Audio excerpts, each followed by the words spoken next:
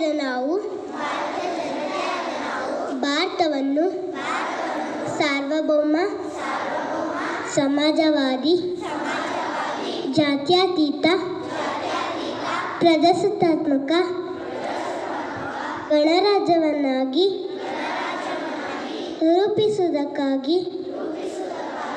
ಭಾರತದ ಎಲ್ಲ ಪ್ರಜೆಗಳಿಗೆ ಸಾಮಾಜಿಕ, ಆರ್ಥಿಕ ಮತ್ತು ರಾಜಕೀಯ ನ್ಯಾಯವನ್ನು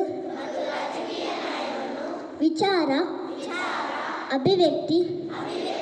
ನಂಬಿಕೆ, ಧರ್ಮ ಮತ್ತು ಉಪಾಸನಾ ಸ್ವಾತಂತ್ರ್ಯವನ್ನು,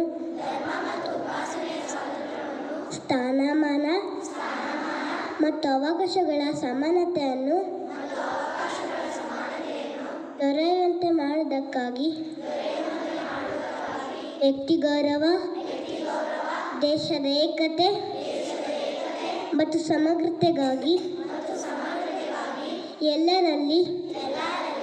ಭ್ರಾತೃತ್ವ ಭಾವನೆಯನ್ನು ಮೂಡಿಸುವುದಕ್ಕೆ ದೃಢ ಸಂಕಲ್ಪ ಮಾಡಿ ನಮ್ಮ ಸಂವಿಧಾನ ಸಭೆಯಲ್ಲಿ 1990ನೇ ಇಸವಿಯ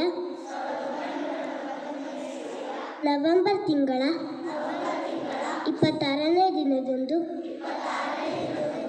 ಈ ಸಂವಿಧಾನವನ್ನು ನಮಗೆ ನಾವೇ ಅರ್ಪಿಸಿಕೊಂಡು